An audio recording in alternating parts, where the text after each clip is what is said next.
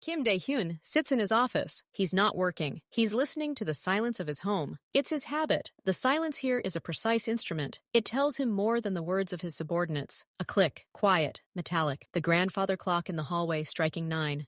The sound is clear, without echo. That means all the doors are closed. The windows are sealed. Everything is as it should be. Dae-hyun looks at his computer monitor. 3 windows with cameras are displayed. The hallway, the main entrance, the office. His own image from the camera in the corner of the room looks calm. He studies it. His posture is relaxed, but not slouched. His hands are resting on the desk. Perfect control. Even alone. His gaze slides to the cell window in the second-floor hallway. It's empty. A deep shadow falls between the lamps. Myeon's room door is closed. The office door is closed. Everything is static, but his fingers stop lying still. The index finger of his right hand begins to tap slowly on the table. 1, 2, pause, 3. This isn't a nervous tick. This is a test. He's listening not to the sound, but to the rhythm. The rhythm should be perfect, like the ticking of a clock. But now it's off. He knows every sound in this house. He knows that in 5 minutes, the maid will finish in the kitchen and go to her room in the left wing. He knows that the guard at the gate will make his rounds at precisely 9:10 p.m. But now, in the space between the familiar sounds, there's a void. Not the void there should be, but a different one, as if someone has frozen and isn't breathing. Dae-hyun leans back in his chair. He stares at the ceiling. His face is expressionless, but inside,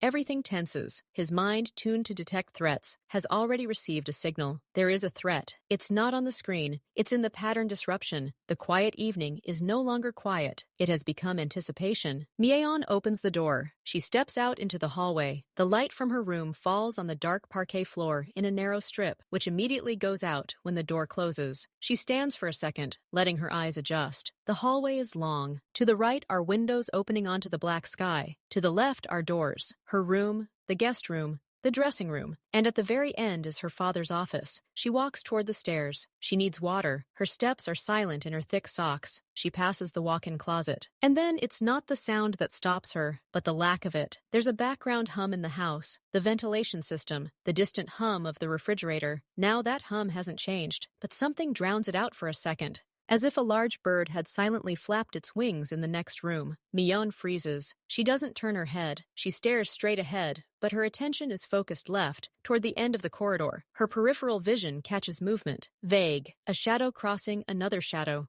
She slowly, very slowly turns her head. 5 meters from the office, in the space between 2 lamps, stands a man. He looks at the door. He doesn't move. He looks like a statue. Myeon recognizes the back. Broad shoulders, short hair, dark jacket. Lee Sung-hoon, Uncle Sung-hoon, the one who brought her birthday presents, who always smiled at her with a gentle, almost fatherly smile. But now he's not smiling. His back is tense. He's not just standing there. He's assessing. He's like a hunter about to spring. Myeon stops breathing. She instinctively presses herself against the wall, making herself narrower, smaller. Her heart starts pounding somewhere in her temples, loudly and stupidly. Sung-hoon turns his head. He looks straight down the hallway. His gaze slides past Myeon, into the darkness by the stairs. He doesn't see her. His face seems alien in the semi-darkness. The features are the same, but the expression is focused, sharp, devoid of all the usual softness. He turns back to the office door and takes a step. Sung-hoon approaches the door. He doesn't knock. He places his hand on the brass handle. His movement is confident, without hesitation. Myeon sees his fingers grip the cold metal. She sees his shoulder lean forward as he presses the handle. The rule, the ironclad rule that even the cleaning lady knows. The office door is closed, always. If father is inside, he will open it. If father is not, do not open the door. Never, under any circumstances. This is the law of the house. It's the first thing they explain to new people. Lee Sung-hoon doesn't just know this law, he's its guarantor. He's personally punished those who violated it. And now he is violating it. The door opens silently, on heavy, well-oiled hinges. He doesn't swing it wide. He opens it just enough to slip inside. His body disappears through the crack, and immediately, almost simultaneously, the door closes. There is a click, quiet, neat, final. This sound cuts Myeon off from the last second, from her past life, where Uncle Sung-hoon was a loyal man. Now he is a man who broke the cardinal law, who did it quietly and quickly, when he thought no one was watching.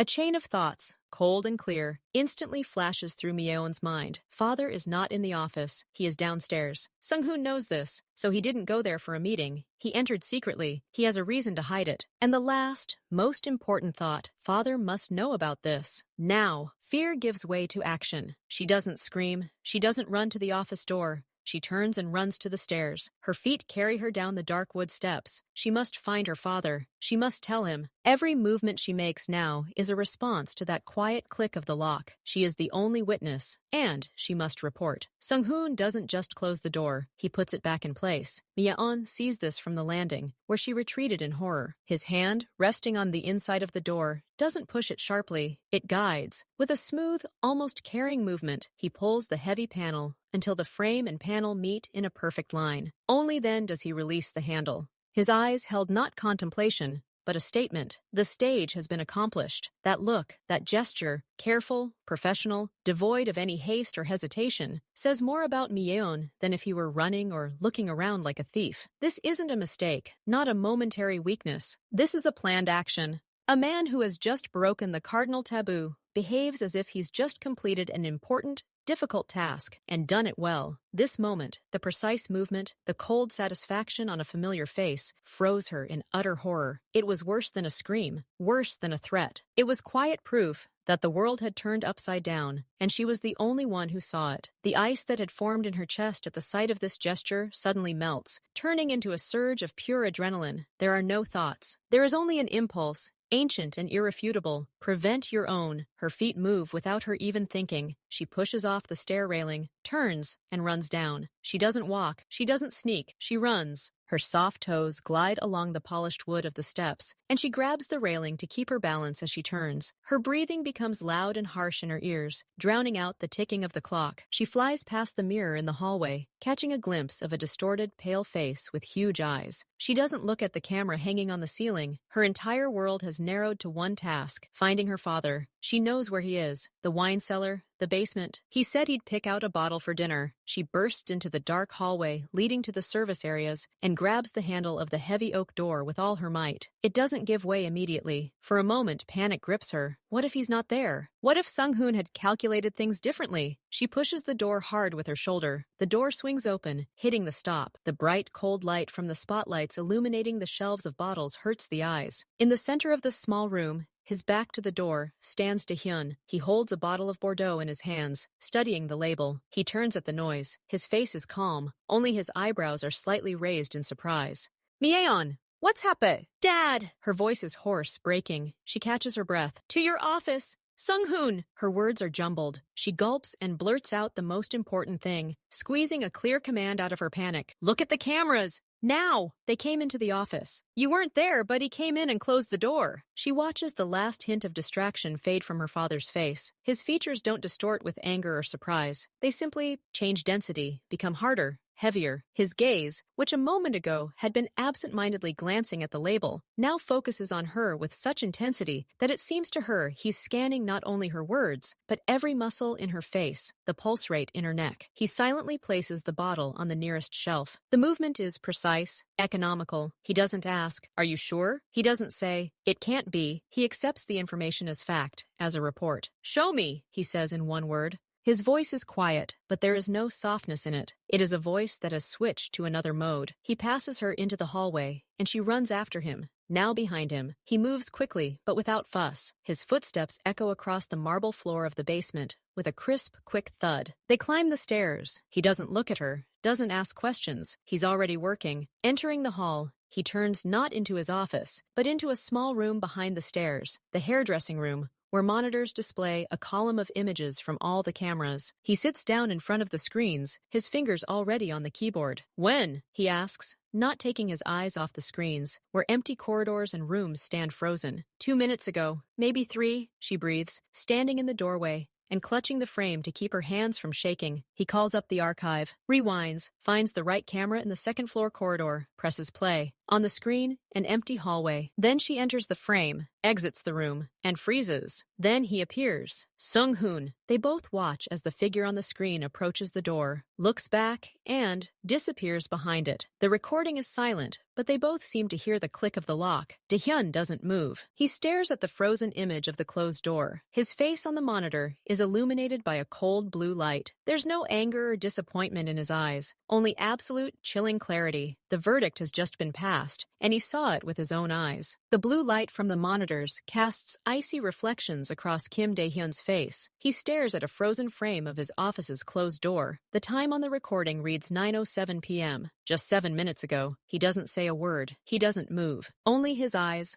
always so readable to his daughter, sometimes tired, sometimes warm, now turn into chunks of dark obsidian. There's no flash of anger in them, not a hint of confusion. He steps out hairdresser and stops in the shadows by the stairs, from where he can see both the second-floor corridor and the door to his office at the end. He doesn't go up. He watches. He waits. 4 minutes pass. The office door opens. Lee Sung-hoon steps out. His movements are calm, natural. He doesn't look back, doesn't check the hallway. He simply walks out and closes the door behind him, this time with a casual movement, like a man who has finished his business. He adjusts the cuff of his jacket and heads for the stairs, to where Dae-hyun stands in the shadows. Dae-hyun takes a step forward. The light from the hall falls on him. "Sung-hoon," he says in an even tone. The assistant flinches slightly, like a man lost in thought. His face instantly assumes the familiar mask of respectful attention. "Boss, were you looking for me? What were you doing in my office?" The question is blunt, without preamble. Dae-hyun's eyes are glued to his face. Sung-hoon blinks. He looks slightly confused, but not guilty. "Oh, that. I remembered I left a folder with the cargo reports at the port there. I picked it up. You did let me use the office for work documents," he says, making a slight gesture with his hand, as if dismissing a trifle. "I knocked, but you apparently didn't hear. I assumed you didn't mind, since the door wasn't locked." The explanation is logical. Smooth. Dae-hyun did have a period when he allowed Sung-hoon to work in the office in his absence, but that was 6 months ago. The rule has since become stricter. Dae-hyun doesn't argue. He just watches. "A folder with reports," he repeats without emotion. "Yes, blue. I put it in my briefcase. Should I check?" "No need. Go and rest." Sung-hoon nods, bowing his head respectfully again. "Good night, boss. Good night, Myeon," he adds, noticing her at the door of the hairdressing room. He goes down to the hall and goes to his room in the left wing. His steps are confident. There is no rush. As soon as he's out of sight, Dae-hyun returns to the monitors. He doesn't check the camera in the office. It's not there for security reasons. He searches other angles. The camera in the second-floor hallway only shows a portion of the area near the door. He rewinds the footage. The footage shows Sung-hoon approaching the door. But at the crucial moment, as his hand reaches for the handle, he takes a half step to the left and out of the lens's field of view. It's as if he knows her blind spot. The door opens and closes just beyond the edge of the frame. It was impossible to see whether he knocked. His face was not visible at the moment of entry. Blind spot. Coincidence? Or knowledge? Dae-hyun pushes away from the table. He looks at Myeon. She's still tense, her fingers gripping the doorframe. "Did you see him open the door? Did he knock?" the father asks. She shakes her head silently. "No. He listened and immediately opened it." Dae-hyun nods slowly. An explanation that was too simple had been met with a camera that was too precise. His daughter's quiet warning turned into a loud, clear alarm. The game had begun. And he hadn't even known he was on the playing field until now. Dae-hyun nods in response to Sung-hoon's parting words. His face is a neutral mask, but in the eyes that briefly meet his assistant's gaze, there's not a drop of the warmth they once had. Not even the usual businesslike detachment. There's ice there. Absolute, impenetrable. He watches silently as Sung-hoon descends the stairs and disappears into the east wing. His own breathing is even, calm. He doesn't move until the sound of his footsteps fades completely. Only then does he slowly turn to Myeon, still standing in the doorway of the hairdressing room. He looks at her, and a shift occurs in his gaze. The ice cracks, but underneath it, there is no warmth. Steel. Deep, cold concentration. He approaches her. He places his hand on her shoulder. His touch is firm, but not heavy. "Good for you for saying that," he says quietly. "Now go to your room. Lock the door. Don't talk about this with anyone. At all." His voice leaves no room for questions. Myeon nods, swallowing the lump in her throat. She sees in his eyes not gratitude, but assessment. An assessment of the new reality in which his daughter has become a source of critical information. He lets go of her shoulder, and she walks toward the stairs, feeling his gaze on her back. Daehyun returns to the hairdressing room and closes the door. He sits down in front of the monitors, but doesn't look at them. He stares into space in front of him. Cold, clear logic works in his head. Fact: Sung-hoon entered the office secretly. Fact: he knew about the camera's blind spot, or he was incredibly lucky. Fact: he gave a smooth, plausible explanation. Conclusion: it's not a mistake. It's an act, a deliberate one. But what kind? Theft? Nonsense. Sung-hoon already has access to all the information, except perhaps a few of the most secret safes. Sabotage? Possibly. But what could he possibly have accomplished in a few minutes? Daehyun closes his eyes. He sees his office in his mind. Every inch. The desk, the bookshelves, the ventilation grill, the lamp, the electrical outlets. His eyes snap open. He won't touch anything. He won't search. Any action he takes now could play into the hands of someone who's up to something. He must watch, but he's too visible a figure. His attention will be immediately apparent. He needs different eyes. An hour later, the house is silent as night falls. All lights except the emergency ones are out. Daehyun knocks softly on Myeon's door. He enters. She's sitting on the bed, hugging her knees, looking out the window. She's awake. He sits on the edge of the chair by her vanity, not on the bed, keeping his distance. This won't be a fatherly conversation. This will be a business meeting. You did everything right today, he begins. His voice is quieter than usual. Sung-hoon did something unacceptable. His explanation is a lie. Myeon looks at him, her eyes wide. She hears not anger in his words, but rather a statement. This frightens her even more. What did he do? She asks in a whisper. I don't know, but I'll find out. And for that, I need your help. She freezes. She never helped him in his affairs. She was protected from this world. I can't keep an eye on him myself, Daehyun continues. He'll sense something's wrong. You're just a girl to him. You're above suspicion. I need you to be my eyes where I can't see. He pauses, letting her know the seriousness of his request. It won't be dangerous, just observation. You must watch. Remember. Tell me. Nothing more. Myeon is silent. She looks at her father's hands, folded before him. She sees the thin scar on his knuckle, something she'd never asked about. She suddenly understands with terrifying clarity the world beyond the walls of her room, her father's world, is not just business. It's a place where people enter offices without knocking and lie to your face. And her father, the most powerful man in her universe, asks her for help because he has no one else to trust. Fear recedes, replaced by a strange, chilling sense of responsibility and determination. Okay, she says. Her voice is quiet but clear. What should I do? Daehyun nods almost imperceptibly. Something like respect flickers in his eyes, and a slight caustic bitterness at having to drag her into this. Tomorrow, he says. All day. Act as usual, but watch where he goes after talking to me. Who he calls when he thinks no one can hear him. Don't get too close. Don't try to hear the words. Just remember the places, the times, the people. In the evening, you can tell me everything. He stands up. Sleep now. Tomorrow you'll need a clear head and calm nerves. And remember, he mustn't suspect a thing. You're just a daughter wandering around the house. He walks out, closing the door behind him. Myeon is left alone. She looks at the door through which her father just disappeared. When the conversation ends, Sung-hoon leaves the dining room. Myeon, sitting in the living room with a book, pretends to read. She sees his shadow in the doorway. He walks down the hallway toward his office, but not straight ahead. He suddenly stops at a large mirror, adjusting his tie. His eyes, reflected in the mirror, quickly scan the empty space behind him. Then he continues on, but at the library door, he turns inside, although he usually passes right by. Myeon waits 5 minutes, then leisurely walks to the kitchen for water. On the way, she glances into the library. It's empty. Sung-hoon has already left through another door. She spots him again in the hallway. He's talking to the security guard at the entrance, but his posture is unnatural. He's standing sideways, so he can see the guard, the stairs, and the hallway to the kitchen all at once. His eyes are constantly moving, scanning the space with quick, unnoticeable glances. This isn't ordinary vigilance. It's a test. He's looking for eyes that might be watching him. He's changing his usual routes to confuse potential surveillance. He acts like someone preparing for something secret and checking to make sure he's alone. Myeon retreats into the shadows of the stairs. Her heart skips a beat. Her father's theory is confirmed. Sung-hoon is up to something, and he's afraid of getting caught. After lunch, Sung-hoon announces he's going out on personal business. Daehyun glances at him briefly, and simply waves his hand in agreement. Myeon acts quickly. She knows her father can't spy openly. She puts on a dark hooded jacket, headphones, and a backpack with a book. The look of a typical student. She leaves through the back door and walks to the nearest subway station. She knows Sung-hoon's license plate number. She waits for him in the parking lot of the shopping mall where he usually stops. 20 minutes later, his black sedan pulls out and merges into traffic. Myeon hails a taxi. "Just follow that black car, but not too close," she tells the driver, trying to sound confident. They drive across the city. Sung-hoon doesn't go to his usual clubs or restaurants. He heads to an old industrial district where narrow streets are squeezed between the blank facades of warehouses. He parks on a side street. Myeon pays the driver 2 blocks away. She walks, ducking around corners and parked vans. Sung-hoon gets out of the car and looks around. He lights a cigarette, slowly scanning the windows of the houses opposite. Then he tosses away the half-smoked cigarette and enters a narrow, inconspicuous doorway between the auto parts store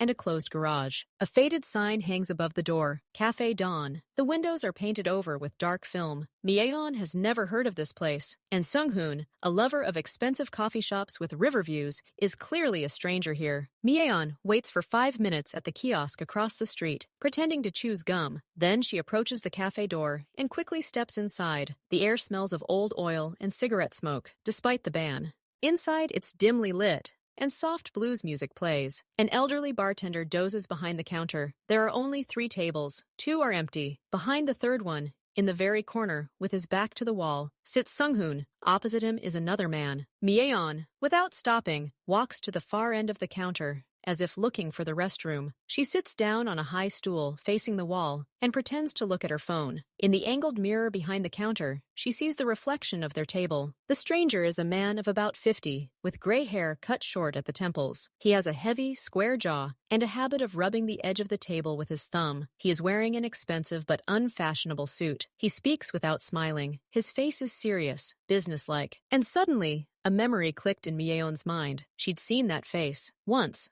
over a year ago, her father was receiving a guest in his study. She'd casually walked in to ask something. His expression is the same concentration he had yesterday at the office door. He nods, just once, businesslike agreement. Myeon looks away from the mirror. Her fingers grow cold on the phone. She's just witnessed more than just a suspicious encounter. She's witnessed proof of infidelity. Myeon realizes it's too dangerous to sit at the counter. The bartender might notice her, or someone might walk in. She quietly slips off the stool and settles behind a tall shelf of old magazines standing between the counter and a corner table. From here, she can barely see anything, but she can hear better. She freezes, trying to breathe more quietly. The music drowns out the words, but when there's a pause between tracks, she hears snatches of them. Minho's voice, low and hoarse. "Too much of a risk under these conditions." Sung-hoon's quiet but clear voice. "Everything is calculated." He doesn't know anything. Even quieter, almost a whisper. "Minho, we need guarantees. Not before, but after." Sung-hoon's voice again, this time with a hint of irritation. "Afterwards, that's your part. I'll do my part. Tomorrow." The deadline. Myeon's heart is pounding so loudly, she thinks she can hear it behind the bookshelf. Tomorrow. What's supposed to happen tomorrow? She thinks back to last night. Sung-hoon's in his office. He's done something, or installed something. So, tomorrow is when it works? Or when she needs to finish what she started? She hears the sound of a porcelain cup being moved across the table. The clatter of a spoon against a saucer. "His daughter," Minho suddenly says, and Myeon's blood runs cold. "No witnesses. No accidents. She's a child," Sung-hoon snaps, but there's no defensiveness in his voice. There's a businesslike quality to it. She doesn't count. She can't see beyond her nose. Myeon clenches her fists, her nails digging into her palms. A child doesn't count. It doesn't matter. "Cleanliness comes first," Minho insists. There's a sound like he's tapping his finger on the table. "The envelope? You'll get the rest the day after tomorrow. And new instructions," Sung-hoon says briefly. Myeon hears chairs moving. They are getting ready to leave. She has seconds. She retreats deeper behind the shelf, pressing herself against the wall. She takes out her phone. She had turned off the sound and the flash back in the taxi. She turns on the camera. Sung-hoon and Minho stand up. They don't shake hands. Minho nods, turns, and walks toward the exit without looking back. Sung-hoon remains by the table for a moment. He picks up the same thin envelope from the table and quickly, in one motion, tucks it into the inside pocket of his jacket. At this moment, he stands almost in profile to her hiding place. His face is turned toward the exit,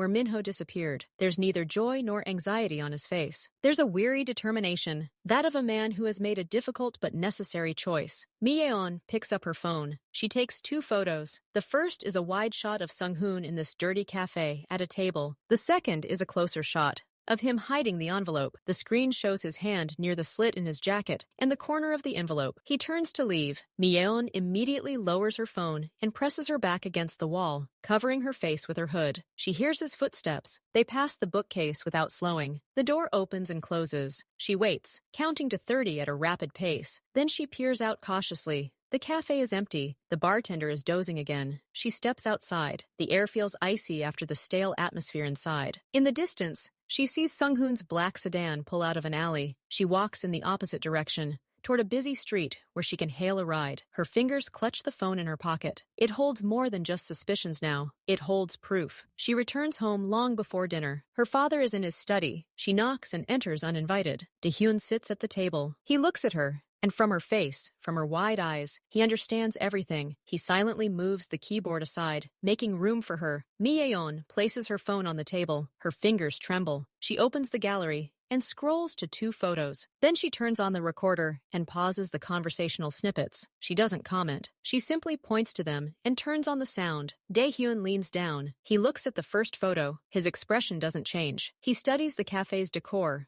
Sung-hoon's posture. Then he switches to the second photo. Here, his gaze lingers longer. He sees the hand, the envelope, the assistant's expression. Then he listens to the recording. A quiet hiss, music in the background, and clear snatches. Risk. Guarantees. Tomorrow. His daughter. She doesn't count. When the recording ends, the room falls completely silent. Dae-hyun leans back in his chair. He looks not at the phone, but into the space in front of him.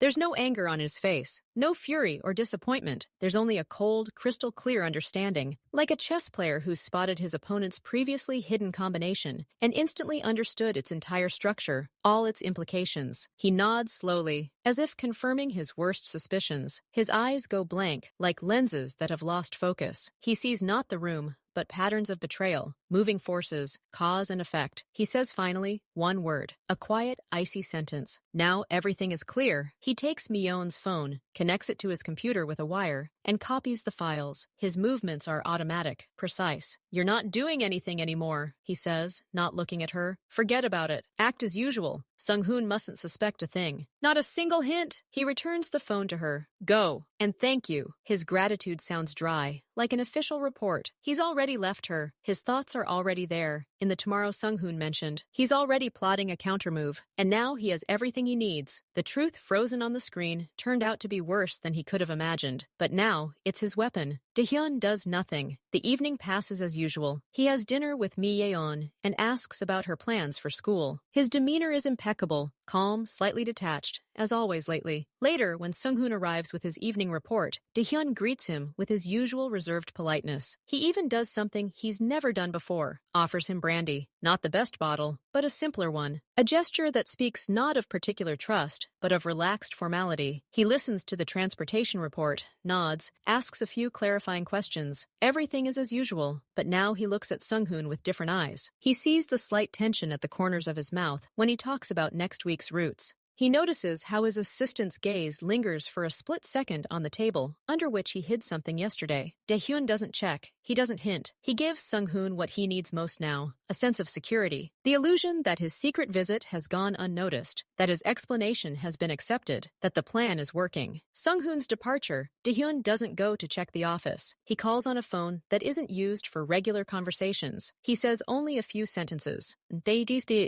We need something. The one we talked about last time. Small, quiet, something that works autonomously. Yes, tomorrow morning. He hangs up. His plan is simple. He won't change anything. He won't look for anything. He'll let the mechanism of betrayal run its course, and then he'll take control. Early in the morning, while the house is still asleep, a nondescript gray van with a water delivery service logo pulls up to the service entrance. A young man in uniform steps out and carries 2 new bottles inside. The security guard, knowing the delivery schedule, simply nods. The young man takes the bottles to the utility room near the kitchen. 5 minutes later, he leaves. Dae-hyun comes down there. He passes a row of bottles and approaches one of the new ones. He unscrews the cap. Inside, on top of the water, lies a sealed plastic bag. He takes it out, puts it in his robe pocket, and leaves. In his bedroom, He opens the package. Inside, wrapped in soft cloth, lies a small black plastic rectangle about the size of a pack of chewing gum. On one end is a standard USB port, so it can be plugged into a wall outlet. On the other, a barely noticeable slot for a microphone. No lights, no buttons. The device looks like a cheap phone charger, one of thousands of which are available. It comes with a small remote control, similar to an alarm key fob. It's disposable. And now, perhaps, a strange eye or ear has taken up residence there. He stands up and begins a methodical, leisurely inspection. He doesn't fuss. He checks everything, but as if he's simply tidying up. He straightens the framed photo of his daughter on the shelf. He checks that the paintings are hanging straight. He runs his finger along the bottom edge of the table, along the backs of the drawers. He examines the books on the shelf, gently jiggling the spines. He peers behind the radiator by the window. His movements are calm, almost meditative. He searches not with his eyes, but with intuition. He tries to figure out where Sung-hoon himself would have placed the device, considering his time was short and the risk of being caught was high. 40 minutes later, he finds it, not right away, almost by accident. As he adjusts the heavy table lamp with the green shade, his fingers feel a small protrusion on its metal base, where it meets the stem. Not the factory one, a tiny, no bigger than a fingernail, smooth plastic housing, painted the same color as the lamp. A nearly invisible wire runs from it, disappearing into the lamp stem, to the power cord. Smart. The lamp is always on when someone is in the office. It provides perfect power. And it's right above the desk, in the epicenter of all conversations. Dae-hyun doesn't touch the find. He pulls his hand away. His face remains completely impassive. Now he knows. He returns to his desk. From his pocket, he takes out the same black charger. He stands and goes to the outlet by the bookcase, in the corner of the room furthest from the desk. The outlet is almost always free. He plugs the charger in. It looks like someone's forgotten headphone charger. Dae-hyun returns to the table. He takes the remote key fob from his pocket. He presses the single button. No sound, no confirmation. But somewhere in the city, on a remote server, or in a trusted receiver, everything said in this room is now being recorded. He puts the remote back in his pocket. His job is done. The room is ready. It's no longer just his office. It's a battlefield, and he's just set his traps there, letting his opponent think he still has the initiative. He leaves the office, leaving behind a silence in which two devices now sleep. One is the enemy's, the other is his. The game has truly begun. Dae-hyun takes action the next day. In the morning, he calls Sung-hoon and Mi-yeon to the cafeteria. "I need to leave for a meeting urgently," he says, adjusting his cuff. "I'll be back this evening. Mi-yeon, you're coming with me. You need to pick out a new laptop downtown, and I'll be right there." Mi-yeon looks at him,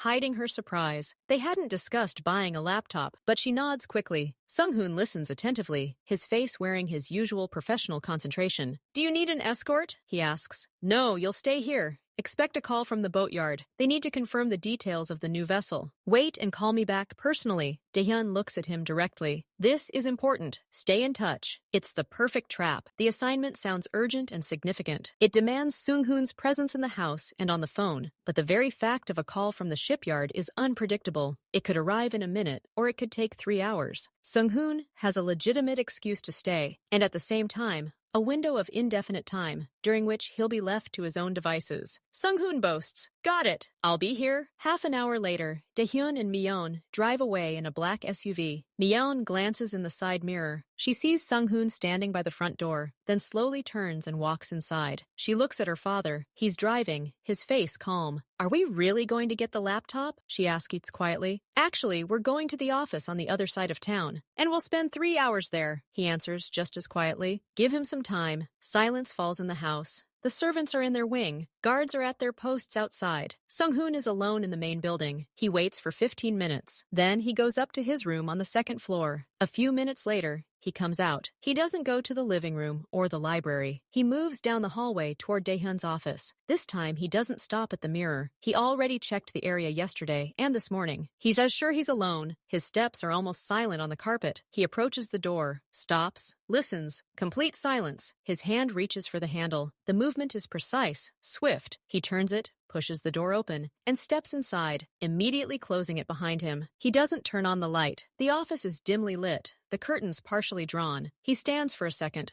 letting his eyes adjust. Then he heads straight to the desk. He's not looking for anything. He's on a mission. His body remembers where and what to check. Sung-hoon approaches the table. He bends down and runs his hand along the underside of the countertop where he set up the device yesterday. His fingers touch smooth plastic. Everything is in place. Nothing has come loose or come loose. He straightens up. He looks at the lamp. The device is powered by its network. He needs to make sure it's working. There's a test method he's been told about. He should lightly tap the base of the lamp and hear a quiet, high-pitched beep in response, almost inaudible to the human ear. This is a signal that it's working properly. He leans over again. He brings his ear to the metal base. He taps it lightly with his fingertip, once, twice. And at that moment, in the far corner of the room, near the bookcase, an almost imperceptible event occurs. A miniature vibration sensor activates in the black plastic charger plugged into the wall. It detects the faint vibrations of Sung-hoon's tap on the table. This is its trigger. A microscopic relay quietly clicks inside the device. An invisible LED lights up, signaling activation. The digital microphone wakes from sleep mode. Recording begins. Sung-hoon hears nothing.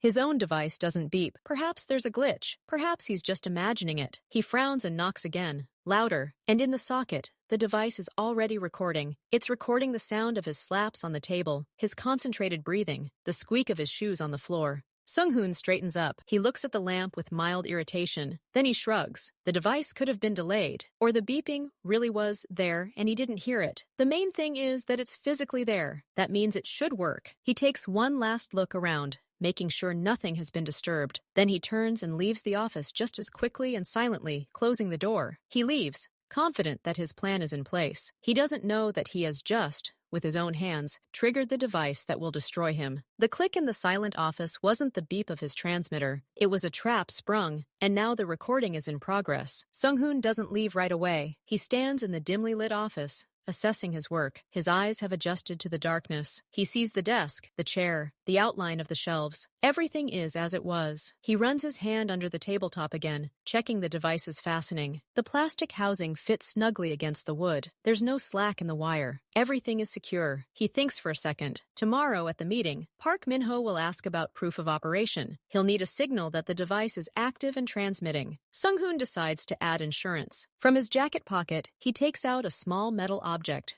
resembling a thick paperclip. It's an antenna booster, invisible from the side. He carefully attaches it to the wire leading to the lamp stem. Now the transmission range will be more stable. He checks the connection with his fingers. Everything holds. His gaze falls on the table. His father's notebook and pen are lying on it. He doesn't touch them. He simply memorizes their position. If Daehyun suspects something and starts looking, the first thing he'll do is check to see if the things on the table have been disturbed. Sung-hoon steps away from the desk. He's only been here 4 minutes since he walked in. That's enough. The device is installed and upgraded. The test is complete. He can leave. He takes another look around the room. Nothing is broken. Nothing has moved. Perfect work. He turns and walks out silently, closing the door with the same quiet click. That evening, Daehyun returns to his office alone. He doesn't turn on the main light, only a small desk lamp in the corner. He sits down at his computer, but doesn't turn it on. He takes a small tablet and wireless headphones out of the safe. He connects to a secure channel. An interface appears on the tablet with a single button, Play Last Recording. He presses it. At first, there's silence in the headphones, then a clear soft sound, the click of a door opening.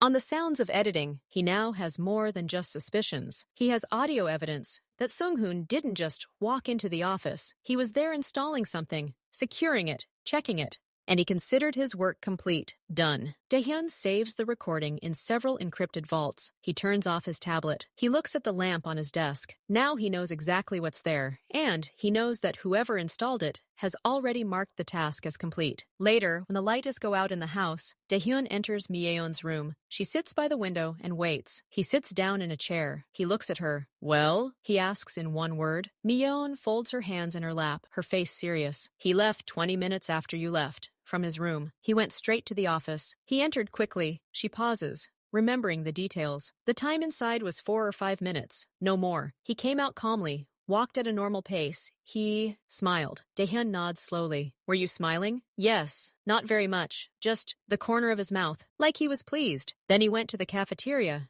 made himself a coffee, sat there looking at his phone. Everything looked normal. But that smile, she falls silent. This smile is enough. Okay, Daehyun says. Tomorrow will be a key day. He's waiting for confirmation from his new friends. And we'll wait for him. He stands up. His face in the darkness seems carved from stone. You did everything perfectly. Now rest. Tomorrow, everything needs to be as usual. He leaves. Mion remains by the window. She thinks about that smile, the smile of a man who has done his job and is waiting for a reward. She doesn't know that her father has already heard his voice on a recording, but she feels the clock ticking. And tomorrow, something must happen. The next day, Daehyun acts as if nothing has happened. He eats breakfast, reads reports, and takes a couple of phone calls. He sees Sung-hoon a few times. The assistant seems slightly agitated. His movements are a little more jerky. His eyes tend to look at his phone expectantly. He even allows himself a few insignificant jokes over breakfast, something he's never done before. Daehyun watches this. He sees this subtle, barely perceptible change. The traitor tastes victory. He thinks he's outsmarted his boss, that his device is working, transmitting secrets to competitors straight from the heart of the enemy camp. He relishes the illusion of safety. Mion notices it too. She sees Sung-hoon humming to himself as he walks down the hallway. He smiles at the guard at the door. He feels like a winner who hasn't yet received his prize, but is already certain of it. Daehyun does nothing. He lets this feeling take root. He gives Sung-hoon a day to get used to the idea of his success, to relax, to let his guard down. Every hour of Daehyun's inaction is another nail in Sung-hoon's coffin. The boss simply waits. He waits until the traitor's confidence reaches its peak. Only then will the blow be most effective. Late in the evening,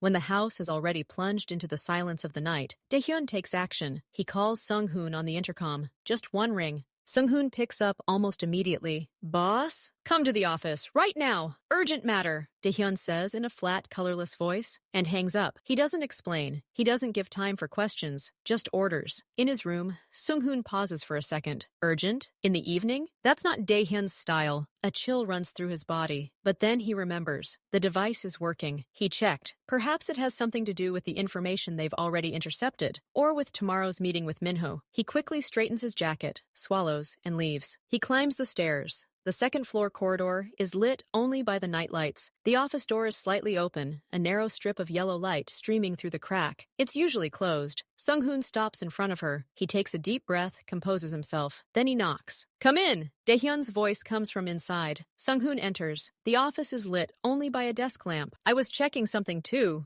he says, checking what was actually going on in this office while I was gone. He leans over and presses a button on the speaker. Sounds come from the device. First silence, then the creaking of a door. Heavy, uneven breathing. Footsteps on the carpet. Sung-hoon freezes. His face begins to turn pale. The sounds continue. A rustling sound under the table. A metallic clank. The tap of a finger on plastic. And then, a voice. His own voice. Muffled but completely recognizable. It should work. Contact! Sung-hoon isn't breathing. His eyes are wide. Another rustle. A click. And again his voice. This time with a hint of satisfaction. Done. The sound of footsteps. The click of a closing door. Daehyun presses the button, stopping the recording. A deathly silence falls over the office. It's heavier than any scream. Sung-hoon stands motionless. He stares at the speaker as if he's seeing a ghost. All his calm, all his confidence has evaporated. All that remains is pure silent terror. His plan, his victory, it was all an illusion, and he just heard that illusion shattered by the recording of his own voice. The sound of his own voice, captured and replayed in this room, hits Sung-hoon like a physical blow. The air seems to be torn from his lungs in a single, quiet, hissing exhalation. All his muscles, usually so composed and controlled, go limp for a moment before tensing again to the point of trembling. He turns pale, not gradually, but suddenly, as if the blood had drained from the surface of his skin, giving way to a waxy, grayish hue. His gaze, clear and ready for dialogue a second before, now darts. He looks at Daehyun, sitting in the shadows, trying to read anything in that motionless silhouette. Anger, disappointment, any emotion that would give him a foothold. But the boss's face is a mask, cold, polished, impenetrable. Then his eyes drifted down to the table. There, next to the speaker,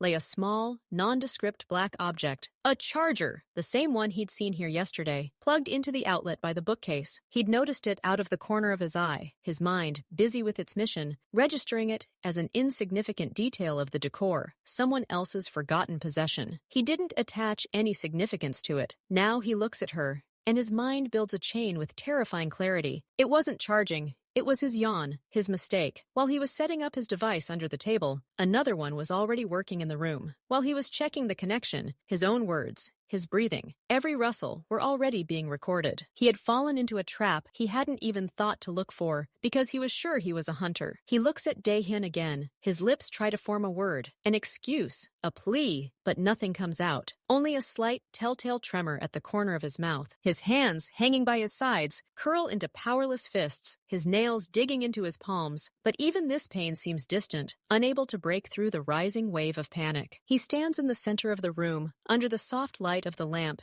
he now knows is part of his own betrayal. He's completely naked. All his carefully crafted plans, his negotiations with Minho, his careful actions, all of it has been reduced to dust with the press of a button on the speaker. He has nothing to say. Every word will now be a lie, already exposed. Every movement a confession. The silence in the office becomes palpable. It weighs on him, filling his ears with the roar of his own blood. He hears the ticking of the wall clock in the corner. Each click is the strike of a hammer, driving a nail into his future. He sees Dae-hyun's hand, motionless, lying on the table next to that very same device. That hand could do so much right now, but it just lies there, waiting. Sung-hoon tries to swallow, but his throat is dry. He wants to look away from Dae-hyun, but he can't. It's like looking into the eyes of a predator, poised to pounce, but only studying its prey. This silence and stillness contains a torture more exquisite than any scream. He's backed himself into a corner, and his boss is simply letting him know it. A moment of silence stretches into an eternity. Dae-hyun takes his time. He lets the silence do its work, finish him off, fueling the shame and fear to the breaking point. He watches every microscopic change on his former assistant's face, the twitch of an eyelid, the bead of sweat that forms on his temple and slowly rolls down his cheek, the tension in his jaw muscles. Finally, Dae-hyun leans forward slightly, stepping out of the shadows. The lamplight falls on the lower part of his face, on his tightly pressed lips, on the firm outline of his chin. His eyes remain fixed on Sung-hoon, and he utters just one word, a quiet, even voice, devoid of any intonation, that cuts through the silence like a blade. Why? It's not a cry of devotion, not a demanding shout. It's the calm,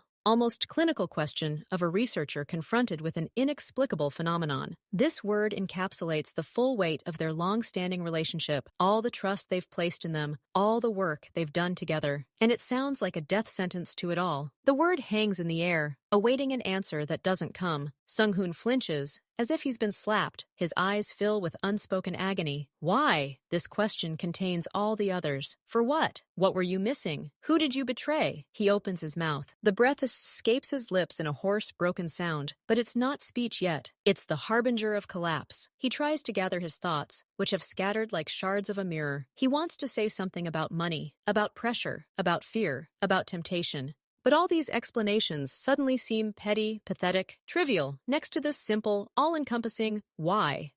His voice sounds strange, creaky, as if he hasn't used it in a long time. They offered me, he falls silent, because even this is an attempt to shift the blame onto others. They offered, and he accepted. He made a choice. He looks at Dae-hyun and sees in his eyes not curiosity, but an expectation of a full confession. Not excuses, but facts. The boss wants to hear the path of his downfall, from his first thought to the last click of the installed device. Sung-hoon lowers his head. He can't bear that gaze any longer. He looks down at his own shoes, at the dark carpet. His shoulders slump under an invisible weight. They knew about the debts, he finally begins, the words escaping with difficulty, a quiet, monotonous stream, as if he were reading out a report of his own defeat. Not mine. The nurses. Medical. Big ones. Minho contacted me 6 months ago. At first, just talk, then help, and then conditions appeared. He pauses, gulps in air. They wanted to know your plans for the port, container flows. I gave you general information, nothing critical, I thought. He shakes his head, not believing his own naivety. But they wanted more. Constant access. The device was the next step, a guarantee from their side that I wouldn't back down. He looks up, and there's a look in his eyes that seems like a desperate attempt to explain, not justify. They weren't threatening me. Their sister, her clinic, her reputation. He falls silent. His confession, so pitiful and human at its core, debts, family, fear, sounds blasphemous in this office where iron logic and absolute loyalty reigned. He betrayed not out of greed for power, but out of weakness. And in Dae-hyun's world, that might have been even worse. Dae-hyun listened without interrupting. His expression didn't change. Now he knew why. But this knowledge changed nothing.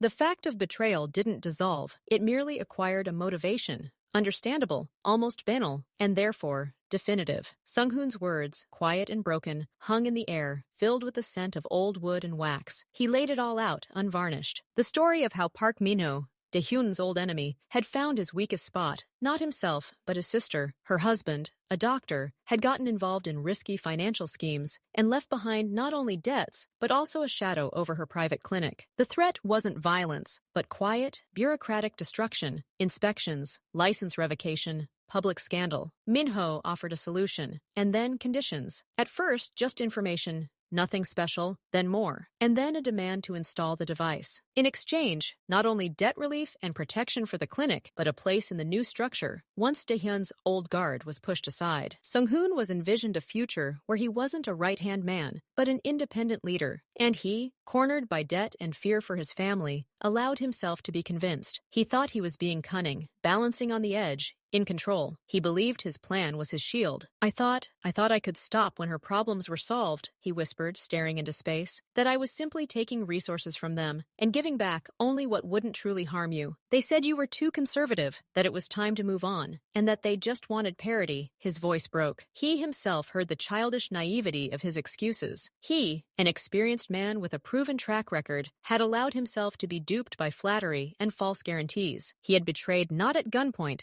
but under the sweet whispers of promises and the tickle of fear. They said that after the device was installed, I'd receive the final payment and the clinic's papers. That's it. And then I could supposedly discover the wiretap myself, strengthening my position here. I thought I was playing their game, but I'm playing my own. A bitter smile twisted his face. I was blind. He fell silent, the fire of his confession exhausted. Now only the fact remained in the room. He, Lee Sung-hoon, had become an enemy agent in the very heart of Kim Dae-hyun's household, and he had been exposed not as a result of a lengthy investigation, but by chance, the attentiveness of a teenage girl. This irony was the bitterest of all medicines. Dae-hyun listened without moving, his face a stony mask. When Sung-hoon fell silent, silence fell once more, this time heavy with the truth being spoken. Dae-hyun rose slowly from the table. He didn't approach Sung-hoon. He walked past him to the window, pulled back the heavy curtain, and looked out into the blackness of the garden, at his own reflection in the glass. They won't give you any money or documents, he said finally, his voice as even and dispassionate as a narrator's text. As soon as they get the first significant data from the device, you'll become useless. An extra link, a hereditary witness. Your sister and her clinic are the most convenient lever. They'll put pressure on you again and again until they've sucked everything they can. And then they'll get rid of you. You, and probably her too. So as not to leave any loose ends, he turned, his back to the window, his figure a dark silhouette against the faint light from the garden. You thought you were entering their world on your own terms, but in their world,